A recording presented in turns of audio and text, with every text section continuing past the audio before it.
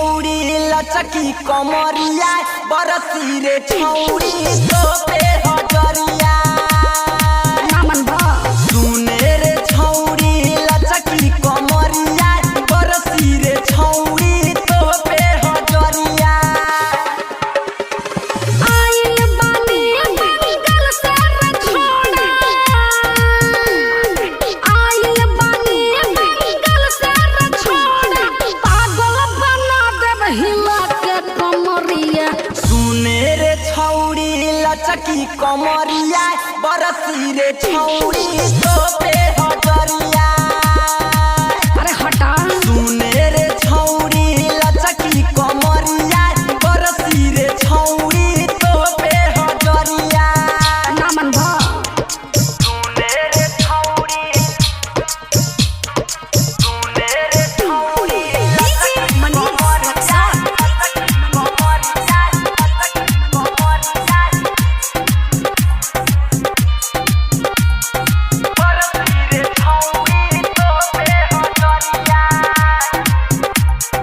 नाची नाची मन पागल बना के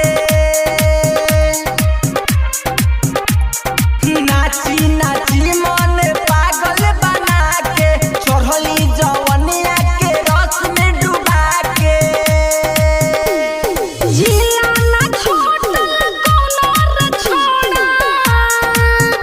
अरे जिला ना छोड़ा कोनो रे छोड़ा जिला सिवाना मोती घारी सहरिया मेरे छौरी लचकी कमरिया बरसी रे छौरी तो पे हजरिया अरे हटा सुने रे छौरी लचकी कमरिया बरसी रे छौरी तो पे हजरिया ना मन भा सुने रे छौरी